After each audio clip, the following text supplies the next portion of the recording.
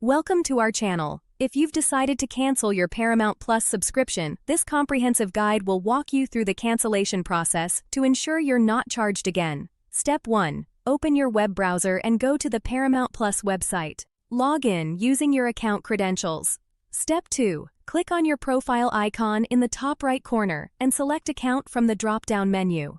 Step 3. Navigate to the subscription or billing section where you can view your current plan details and payment information. Step 4. Look for the Cancel Subscription button. It may be located at the bottom of the subscription details page. Step 5. Paramount Plus may offer you alternative options such as pausing your subscription or switching to a different plan.